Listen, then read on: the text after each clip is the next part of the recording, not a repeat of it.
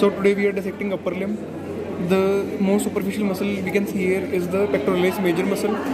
This is the clavicular head of the pectoralis major, and this is the sternal head of the pectoralis major. Both of them get inserted into the lateral lip of the humerus, which we can see right here. They are getting inserted right here. This muscle right here is the deltoid muscle. The shoulder, the muscle covering the shoulder, it is the deltoid muscle. Now between the pectoral muscle and deltoid muscle, we have this little area which is known as the deltopectoral groove. And now its importance is that this structure we are seeing right here, this one which I am holding, this is the cephalic vein. It passes through the deltopectoral groove. Now beneath the pectoralis major muscle, we have the pectoralis minor muscle, which we can see right here. Its origin is from third rib to the fifth rib, and gets inserted on the coracoid process of scapula.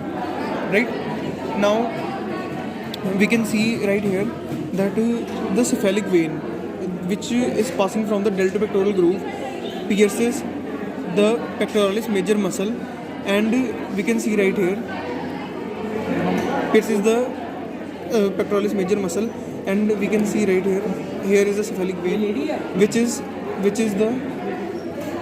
the tributary of the axillary vein, which we can see right here.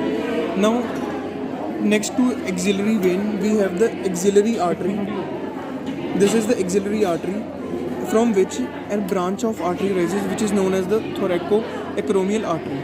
Right now beneath pectoralis minor muscle, we have the serratus anterior muscle right here. Now we can, with the structure we are seeing right here, it is known as the lateral pectoral nerve, which is supplying the pectoralis major muscle.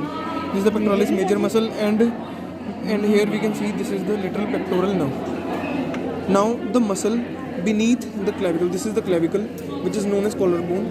The muscle which you can see right here, these are the fibers of that muscle. The muscle is known as subclavius muscle. Right now from this muscle, a modification of D fascia arises, which is known as clavipectoral fascia, which covers the subclavius muscle from anterior side as well as from posterior side, and runs down while covering the pectoralis minor muscle from anterior side as well as posterior side. Now the contents of clavipectoral fascia are, we can see right here, this is the thoracoacromial artery, which is passing through the clavipectoral fascia, the cephalic vein, the lateral pectoral nerve, and lymph nodes, and a group of lymph nodes which are present right in the axillary region. Thank you.